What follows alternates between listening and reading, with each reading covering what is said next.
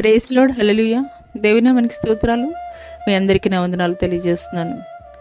ఈ దినం కొరకు దేవుడు సిద్ధపరిచినటువంటి మాటలు, ప్రియ సహోదరి సహోదరుడా, అనేక సార్లు నీ జీవితాల్లో నీవు ఎవరినైతే అత్యధికంగా ప్రేమించావో, ఎవరికైతే నీవు సహాయం చేశావో, ఎవరైతే నీ ద్వారా మేలు పొందుకున్నారో అటువంటి వారే నీ జీవితంలో ఎదురైనటువంటి ప్రతికూల పరిస్థితులను బట్టి నీకు దూరముగా జరిగిపోయేవారిగా ఉన్నారా? అటువంటి పరిస్థితుల్లో నీవు ఆధారం అనుకున్న వారు ప్రక్కకు జరిగిపోయినప్పుడు నువ్వు కృంగిపోతున్నావా? అయితే ఈ మాటలు దేవుడు నీ కొరకే మాట్లాడుతున్నారు.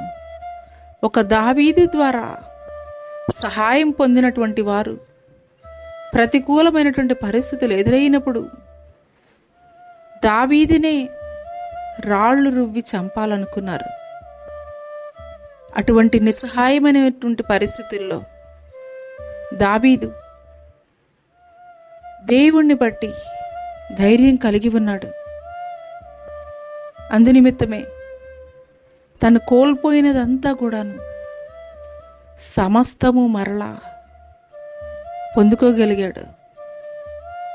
ఈ మాటలు వింటున్నటువంటి ప్రియనేస్తమా, ఈ దినము నీవు కూడా ఒక దావీదులాగాను ప్రార్థించగలిగే స్థితిలో నీవు ఉన్నట్లయితే కనుక, దావీదు పక్షముగా దేవుడు ఏ రీతిగా కార్యం జరిగించాడో అదే రీతిగా నీ పక్షముగా దేవుడు నిలబడి కార్యం జరిగించబోతున్నాడు.